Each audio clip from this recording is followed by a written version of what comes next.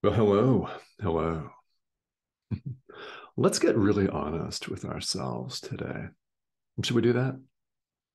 That's what's required of us on the spiritual path. And that's one of the big reasons why you don't see more people in the world devoting the time that we all appear to have here in this lifetime to spirituality. That's why we see so many people that are not on the path. At least they don't appear to be. Of course, we all are. But they appear to be taking this lifetime off. Right? So the honesty is that we've got to be brutally honest with ourselves, really, and admit that here in the world, we waste ourselves. We're spending a lot of time, way too much time, wasting ourselves, identifying with the ego, and wasting ourselves and wasting our time and wasting this opportunity that is called the present moment to choose love over fear, to forgive, to extend love, to allow your inner teacher to take control, to take the wheel. Jesus, take the wheel. Holy Spirit, right? Take the reins. We have an opportunity right now. And when we identify with the ego, we waste it. And this is where brutal honesty comes in. It also comes in here in this discussion of this fifth and final paragraph of chapter 2, part 3 of the text, The Altar of God, paragraph 5. We're entitled to true comfort that comes from perfect trust. This is our birthright as the Son of God. True comfort in God that comes from perfect trust. We're entitled to this. It's who we are. So it's not an entitlement in the way people think of it in the world, where someone that's extraordinarily wealthy and is used to having everything handed to them expects more of that. It's not that kind of entitlement. It's not a false expectation. It's simply the truth that we've never left our source, and our birthright is indeed that comfort, that certainty, that oneness, joy that goes right along with our creation. So why do we not experience it? Well, because we waste ourselves. You're wasting yourself. I have spent a lot of time in this lifetime wasting myself. This is what we do in the world, is we waste ourselves. We look for comfort where it cannot be found. Quite simply, we look for comfort in the pleasures of the world. We look for comfort in fine threads, clothing. We look for comfort in food, in drink. Well, sometimes in drugs, in gambling. We look for comfort in what we term addictions sometimes, right? We look for comfort in physical pleasures, in sex, in relationships, and in sometimes a string of intimate relationships. We look for comfort from our jobs, from our careers, from money. We look for comfort in one illusion after another, and we neglect to look for it where we can really find it, and that is within. We look for it without, thinking that the world's going to fill this gap, that it's going to swoop in. And if we just get this one more thing, or this different lover, this different hot, sexy lover, I'm tired of this one, I want the other one. Tired of this career, want the other one. Tired of this shirt, want the other one. Tired of this sexy hot automobile. I want this other shiny new machine, right? It's going to make me feel like a badass for 15 minutes. And then someone's going to ding my door in the parking lot. I don't know. Right? We look for it outside. It's to be found inside. And the honesty here is being honest with ourselves that, yeah, we have an opportunity. Let's not waste it. Now, how can anyone solve a problem if they're not aware of it, right? There appear to be many, many people in this world who look like they're taking this lifetime off. That's the best way that I think we can describe it sometimes. They're not interested in spirituality. They think you're nuts, including maybe some of your friends and family members think you're beyond cuckoo, beyond bizarre, loco, right? They think you're nuts and woo-woo, far out, esoteric, totally detached from what they deem to be reality. Actually, you're more in line with reality than they are, aren't you? Right? But the world has it all backwards. So there appear to be people that aren't going to practice spirituality in this lifetime. So be it. That's what time is for. Ultimately, we all end up in the same place because we've never left in the first place. That's why ideas leave not their source. We're all one with God. And always have been. And while some people won't recognize it, they'll not be able to awaken right now. We can't, no one can be expected to solve a problem if they're not aware of it. If the one is not aware of the suffering caused by clinging to the ego, by ego identification, ego clinging, as we would say in Buddhism, right? You can't be expected to really do anything about it. However, these people can be helped tremendously by your example, can't they?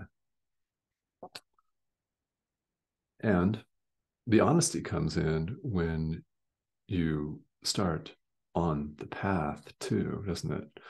Number one, you've got to be aware of the issues. And once you become aware of the suffering caused by ego identification, you can't run from it. We have to look at it, and we spend a lot of time running from it. That's wasting ourselves. That's looking for comfort where it's not to be found.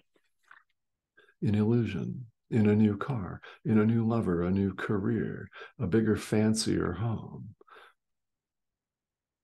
a different brand of t-shirt or tennis shoe, something like that.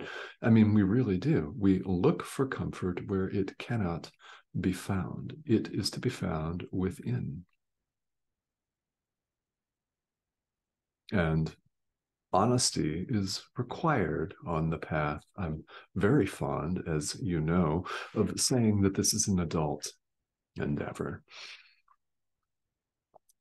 So let's all acknowledge that we spend here in the world far too much time wasting ourselves. So let's not do that. Don't waste yourself anymore by looking for happiness where it is not to be found. Make the choice, the present moment choice for love instead of fear, for God instead of the ego, for the thought system of the Holy Spirit instead of the ego's hamster wheel of death, decay, and suffering. Choose life over death, light over dark, self with a capital S over little self, the ego. And expand on that list if you want. That's the choice that we make. So make it. Let's make it right now. We have the opportunity right now to forgive. We have the opportunity to extend love to the Son of God. So let's do that. This is how we wake up. And the real means for this awakening have already been provided. We don't have to conduct an elaborate search. We accept atonement for ourselves. We accept truly accept for ourselves that the separation never took place. It's impossible. Never happened.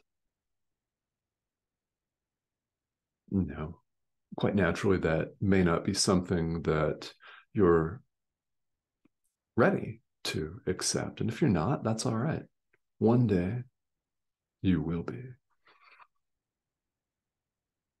No, it doesn't have to be today, does it? It doesn't have to be this week or even this lifetime. All roads lead to God in the end. All spiritual paths have the same outcome. What this course is offering us is a way to save time. Do you want that?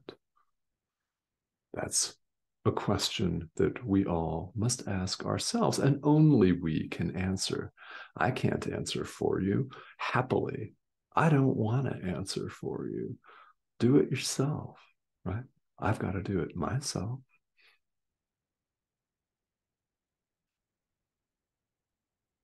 The means have been given us.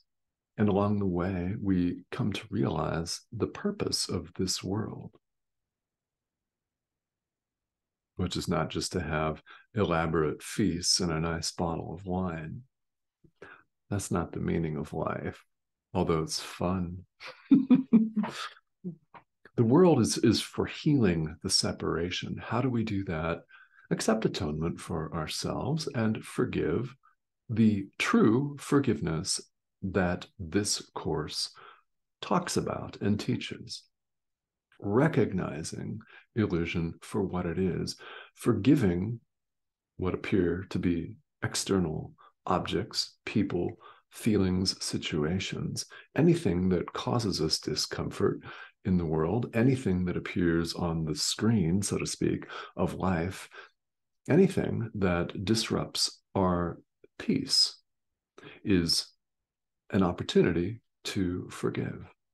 And we acknowledge that the separation never occurred. We're, in fact, forgiving our brother, or life in general, time, space, the ego, for what it did not do. It never existed in the first place, and there is no separation of any kind. This is just a dream from which we're waking up. When we forgive the external objects, so to speak, is what we call external, what appears to be on the screen. As we forgive that part, the Holy Spirit does the rest, the deep inner unconscious healing that corresponds to that image on the screen, and we become lighter.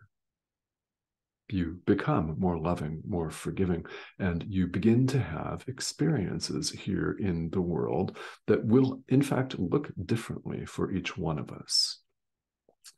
There's not a checklist or a formula here, but you begin to recognize that you're different than when you started this. You may note that you're quicker to forgive.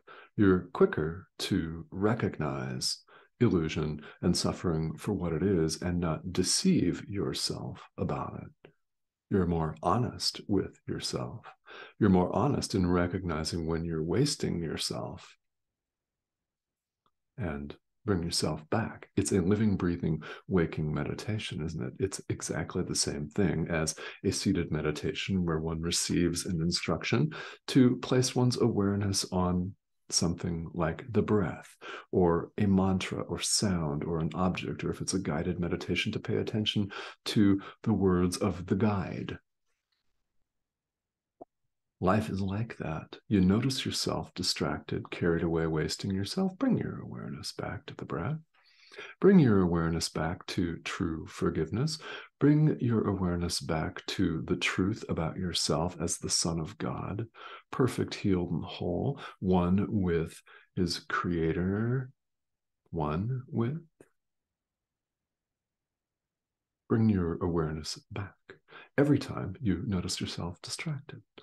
The more we do it, the more habitual that becomes, the brighter and more loving, more fun, lighter our experience becomes. The eventual end, so to speak, which of course is not an end at all. But here, when we conceive everything in a linear fashion, we're all headed to the same place. We're awakening to the truth of who we really are. We've simply been asleep. We're waking up.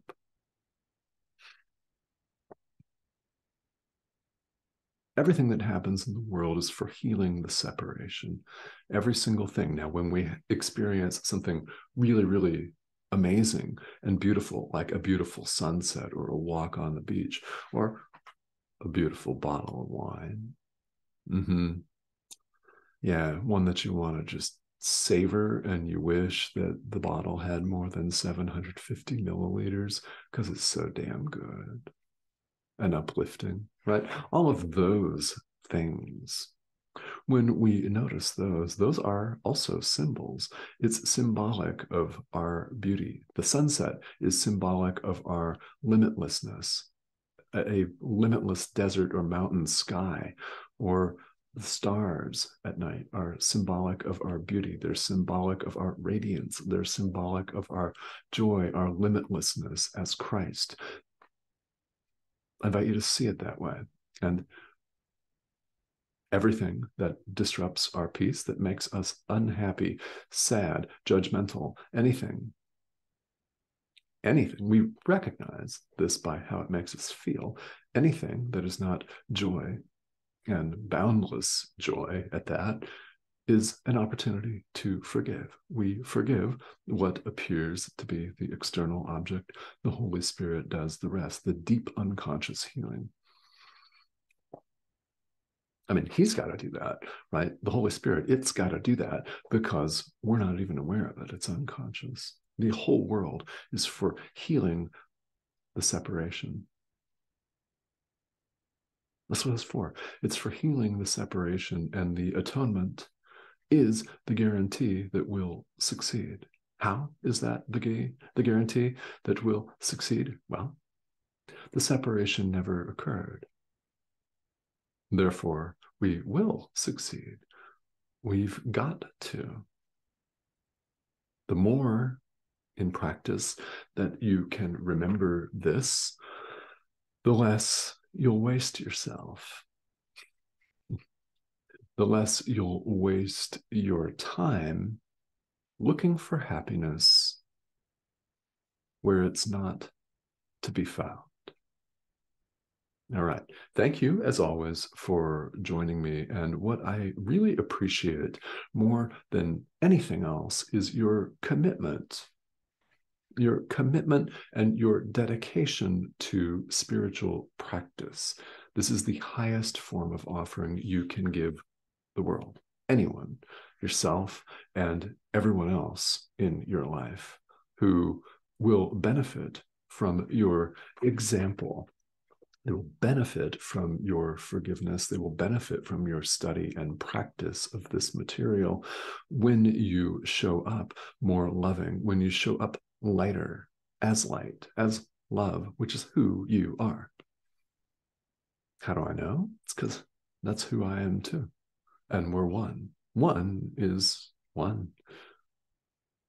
One doesn't equal 8 billion. So I invite you to entertain these ideas. And if they seem unusual, no problem. The ego will give us stern and determined resistance to the truth. Count on it.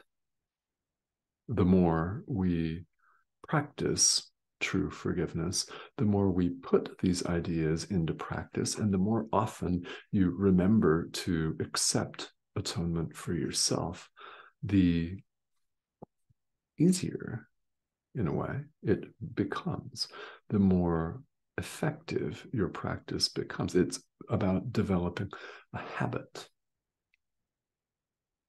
What happens when you develop the habit? Well, many of you know already. You don't see things the same, and you never will again. And that is a beautiful thing. Subscription button right here, the red arrow. I'd love to have you here. Please feel welcome to leave comments or questions, and let's all remember today to practice true forgiveness of the Son of God. Let's all remember to accept atonement for ourselves. Life is a living, breathing, waking meditation. You could see it that way. Every time you notice yourself distracted, bring your awareness back. That would be very kind of you indeed. All right. Thank you. I'll see you soon.